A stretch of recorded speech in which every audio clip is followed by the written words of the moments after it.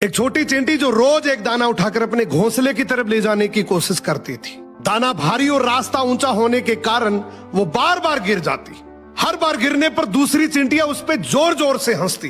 अरे छोड़ दे, तेरे बस की बात नहीं है, हमने भी कई बार कोशिश करी है, ये पॉसिबल ही नहीं है। लेकिन वो चींटी बस मुस्कुराती और सोचती, जो सबको इम्पॉसिबल लगता है वही तो करना है, तभी तो इस भीड़ से हटके गिना जाएगा। वो दाना उठाती फिर निकल पड़ती, गिरती संभलती फिर उठती। 10वीं बार वो दाना आखिरकार घोंसले तक पहुंच गया। वो थकी थी पर वो बहुत खुश थी, क्योंकि अब उसे समझ आ गया था कि हार बार बार गिरने से नहीं होती, बल्कि रुक जाने से होती है। हमें भी कभी कभी ऐसा लगता है ना कि हम जितनी भी कोशिश कर ले फिर भी सब कुछ बार बार हाथ से फिसल जाता है, जैसे किस्मत बार बार हमें गिरा रही हो। इस दुनिया में जीत का एक ही मूल मंत्र है, और वो है कि तुम कोशिश करते करते कभी हार मत मानो, एक दिन तुम विजेता बन जाओगे।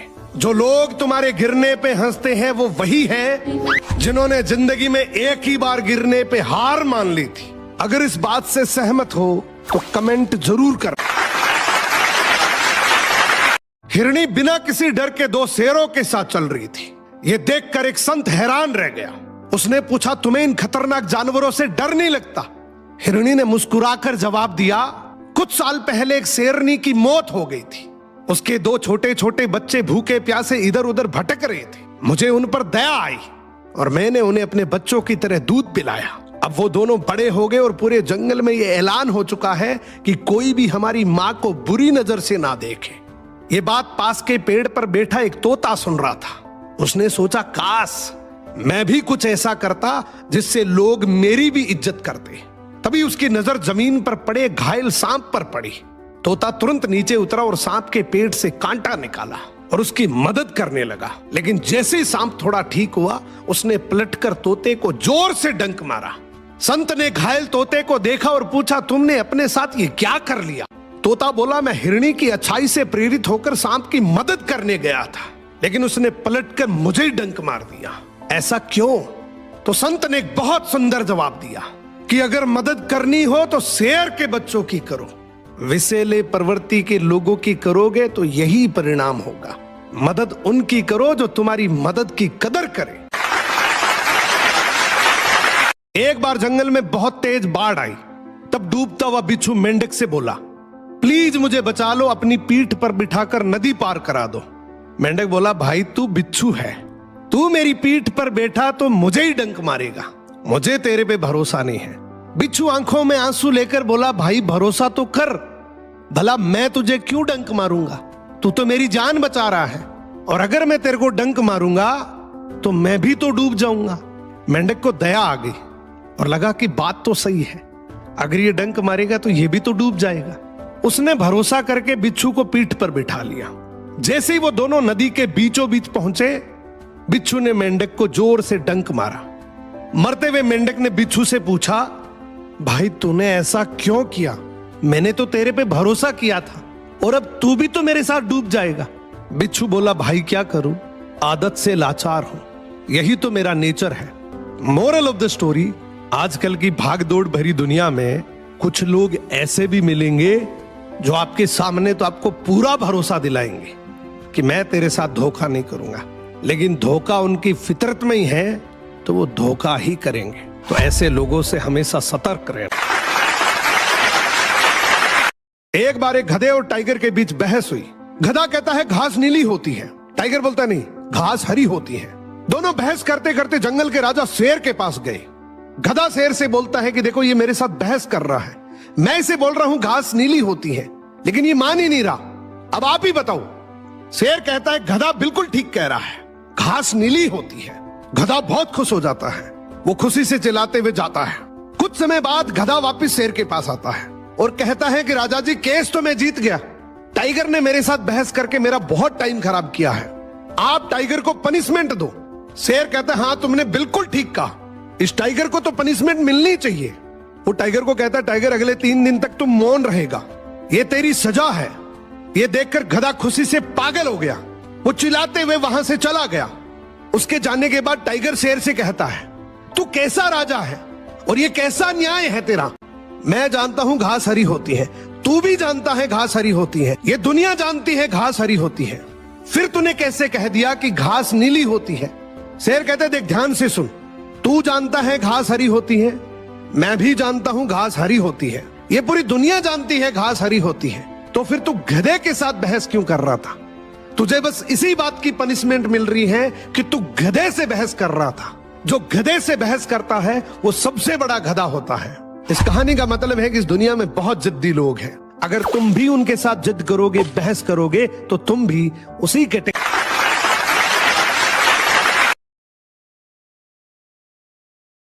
एक पति पत्नी के बीच रोज झगड़ा हो जाता। पति दिन भर बाहर मेहनत करके घर आता, पत्नी से किसी न किसी बात पर झगड़ा हो ही जाता। रोज रोज के झगड़े से पति तंग आ गया। एक दिन उसने अपनी पत्नी को प्यार से समझाया कि तू रोज मुझसे लड़ा मत कर। तो पत्नी बोली क्या करूं, मुझे गुस्सा आ जाता है, मैं अपने गुस्से को कंट्रोल नहीं कर पाती हूं। पति ने तरकीब लगाई, कुछ कीले लाकर अपनी पत्नी को दी और बोला तुझे जब जब गुस्सा आए इसमें से एक कील इस दीवार पे ठोक देना। अब शुरू में पत्नी ने वैसा ही किया, जब उसको गुस्सा आता वो दीवार पे एक कील ठोक देती। फिर उसे एहसास हुआ कि कील ठोकना आसान काम नहीं है, तो वो कोशिश करने लगी अपने गुस्से को काबू करने की।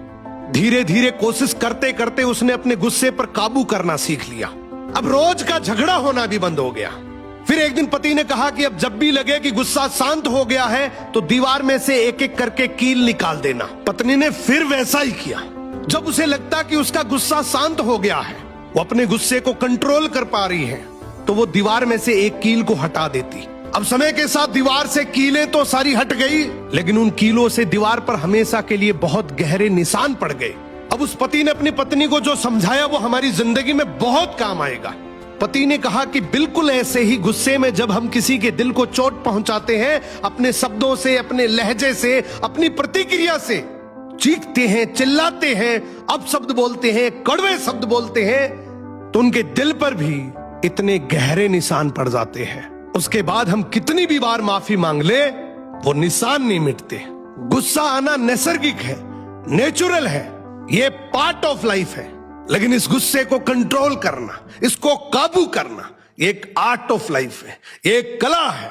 एक बार एक सांप एक जुगनू का पीछा कर रहा था। अचानक जुगनू रुका और पलटकर उसने सांप से पूछा, क्या मैं आपसे 3 सवाल पूछ सकता हूं? सांप बोला पूछो। तो जुगनू ने पूछा, क्या मैं आपकी खुराक का हिस्सा हूं? सांप बोला नहीं। जुगनू ने फिर पूछा, क्या मैंने आपका कुछ बिगाड़ा है, कुछ नुकसान किया है, या आपको कोई तकलीफ पहुंचाई है? तो सांप बोला नहीं। तो जुगनू बोला, सांप भाई फिर आप मेरे पीछे क्यों पड़े हो, क्यों आप मुझे मारना चाहते हो? तो जो सांप ने जवाब दिया उससे एक बहुत बड़ा मैसेज मिलेगा। सांप बोला, मुझे तेरे से कोई लेना देना नहीं, बस मैं तुझे चमकता हुआ नहीं देखना चाहता। दोस्तों, ये सिर्फ सांप और जुगनू की बात नहीं है। हमारे अपने समाज में, हमारे आसपास में ऐसे बहुत से लोग मिलेंगे जिन्हें हमारा नुकसान करने में, हमें नीचा दिखाने में, हमारी बेइज्जती करने में, हमारी बुराई करने में कोई खास वजह की जरूरत नहीं होती। वो बस हमें चमकता हुआ नहीं देखना चाहते। एक बार एक गधे को जंगल के रास्ते में एक शेर की खाल मिली। वो उस खाल को पहनकर खुद को शेर जैसा देखकर बहुत खुश हुआ। फिर वो अकड़कर जंगल में गया और एक हिरण उसे देखकर डरकर भाग गया। फिर एक लोमड़ी उसके कदमों में गिरकर जान की भीख मांगने लगी। गधा ये देखकर बहुत खुश हुआ, यार अब तो मेरे से सारे जानवर डर रहे हैं, और सोचा अब पूरे जंगल में डर का माहौल बनाने का टाइम आ गया। अब मैं शेर की तरह जोर से दहाड़ूंगा तो सारे जंगल के जानवर डर कर भाग जाएंगे। अब गधे ने जैसे ही दहाड़ने के लिए मुंह खोला तो आवाज आई, ढेंचू ढेंचू। शेर जैसे हुलिये में गधे की आवाज सुनकर जंगल के सारे जानवर हैरान रह गए और सब चिल्ला उठे, अरे देखो देखो, ये तो गधा है, ये तो शेर की खाल पहनकर हम सबको बेवकूफ बना रहा था। फिर सभी जंगल के जानवरों ने मिलकर गधे का सॉफ्टवेयर डाउनग्रेड करके फिर से गधा बनाया। इस कहानी का सिंपल सा मतलब है कि किसी सक्सेसफुल आदमी को देखकर उसके जैसा हुलिया बनाने से, उसके जैसे कपड़े पहनने से आप सफल नहीं हो सकते। अगर आप सफल होना चाहते हैं तो उसके जैसी मेहनत करनी पड़ेगी, उसकी तरह आपको सेक्रीफाइस करना पड़ेगा, उसकी तरह रात दिन आपको डेडिकेशन से काम करना पड़ेगा। नदी किनारे एक जामुन के पेड़ पर एक बंदर रहता था। उसी नदी में एक विशाल मगरमच्छ भी रहता था। धीरे धीरे बंदर और मगरमच्छ की गहरी दोस्ती हो गई। अब बंदर रोज मगरमच्छ को जामुन तोड़कर खिलाता।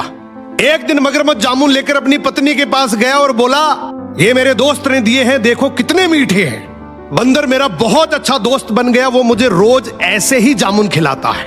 पत्नी ने जामुन चखे, उसे भी बहुत मीठे लगे और बोली, अगर जामुन इतने मीठे हैं तो जो आपका दोस्त बंदर इन जामुन को खाता है तो उसका कलेजा कितना मीठा होगा। मुझे नहीं पता, मुझे कैसे भी करके इस बंदर का कलेजा चाहिए। अगले दिन मगरमच्छ बंदर के पास गया और बोला, बंदर भाई तेरी भाभी तुझे बहुत याद कर रही है। कल रात मैंने तेरी मेरी दोस्ती का जिक्र किया, वो बोल रही है कि अगर इतना अच्छा दोस्त है तो मुझे भी मिलाओ। एक काम कर, आज तू मेरे साथ चल, आज की पार्टी वहीं करेंगे। बंदर बेचारा भरोसा करके तुरंत छलांग लगाकर मगरमच्छ की पीठ पर आ गया और बोला, चलो आज का खाना भाभी के हाथ का ही खाएंगे। अब बीच समुद्र मगरमच्छ ने अपनी सच्चाई उगल दी और बोला, बंदर भाई बात असल ये है कि तेरी भाभी तेरा कलेजा खाना चाहती है, इसीलिए मैं तेरे को लेकर जा रहा हूं। बंदर डर गया लेकिन घबराया नहीं। वो हंसकर बोला, भाई बस इतनी सी बात, अगर यही बात थी तो पहले बोलता ना, मैं तो कलेजा पेड़ पे ही छोड़ आया। अब तेरे जैसा नीडर दोस्त है तो कलेजा किसको चाहिए, चलो वापस कलेजा लेकर आते हैं, पहले ही बोल देता यार। अब मगरमच्छ भी बंदर की बात में आकर वापस घूम गया और जैसे नदी किनारे पेड़ के पास गया, बंदर तुरंत छलांग लगाकर पेड़ पर चढ़ गया और बोला, जा रे धोखेबाज, मैंने तेरे को दोस्त माना, तेरे पे भरोसा किया और तू इतना बड़ा धोखेबाज निकला। मगरमच्छ शर्मिंदा होकर वहां से चला गया कि आजकल दुनिया में कदम कदम पर धोखा है। अगर संभल कर चलना नहीं सीखा तो कभी न कभी किसी न किसी धोखे के शिकार हो जाओगे। एक लोमड़ी गधे को आकर बोलती है, जंगल के राजा शेर ने आपको याद किया है। गधा बोला, शेर ने और मुझे याद किया, मगर क्यों? लोमड़ी बोली, आप जैसे सुंदर और बलिष्ठ शरीर के धनी को भला शेर क्यों याद करेगा? केवल एक ही काम है, शेर तीर्थ यात्रा करना चाहते हैं और आपको जंगल का राजा बनाना चाहते हैं। गधा बहुत खुश हुआ और लोमड़ी की बातों में आके शेर के पास पहुंच गया। अब शेर ने गधे पे हमला कर दिया। गधे की किस्मत अच्छी थी, वो बच निकला। जो ही जान छुटा के भागने लगा, लोमड़ी बोली, अरे क्या हुआ, क्यों भाग रहे हो? गधा बोला, अच्छा तू तो बोल रही थी तुम्हें राजा बनाने के लिए बुलाया है, वो तो मेरे कान खा गया। लोमड़ी बोली, कान खाए नहीं है, कान छोटे किए बेवकूफ। तुम्हें राज मुकुट पहनाएंगे, इन बड़े कानों की वजह से तुम्हारे सर में नहीं आएगा राज मुकुट। गधा फिर से लोमड़ी की बातों में आ गया। शेर ने झपट कर वापस हमला कर दिया। गधा इस बार भी जैसे तैसे बच निकला और जो ही भागने लगा, लोमड़ी बोली, अरे तुम तो गधे के गधे ही ठहरे, क्यों भाग रहे हो, क्या हो गया? गधा बोला, अरे धोखेबाज, शेर ने मेरे पे फिर से हमला कर दिया। कान तो चलो मान लिया, वो राज मुकुट पहनाना चाह रहा था, लेकिन मेरी पूंछ में कौन सा राज मुकुट आएगा? लोमड़ी बोली, अरे मूर्ख, जरा सोच, जब तू राजा बनेगा, राजगद्दी पे बैठेगा तो तेरी पूंछ चुभेगी नहीं। गधा बोला, अच्छा ये बात थी क्या? गधा फिर से शेर के पास गया, मगर इस बार कोई मौका नहीं मिला। शेर ने गधे को तुरंत झपट कर दबोच लिया और शिकार कर लिया। शेर डकार लेते हुए लोमड़ी से बोला, यार मैंने इसका एक एक अंग खाया, मगर इसका दिमाग नहीं मिला। लोमड़ी हंसकर बोली, इस बेचारे के पास दिमाग था ही नहीं। अगर दिमाग होता तो 2 बार धोखा होने के बाद तीसरी बार आपके पास थोड़ी आता। सो किसी चिकनी चुपड़ी बातों पर आंख बंद करके कभी भरोसा मत करो, हर सलाह अच्छी नहीं होती।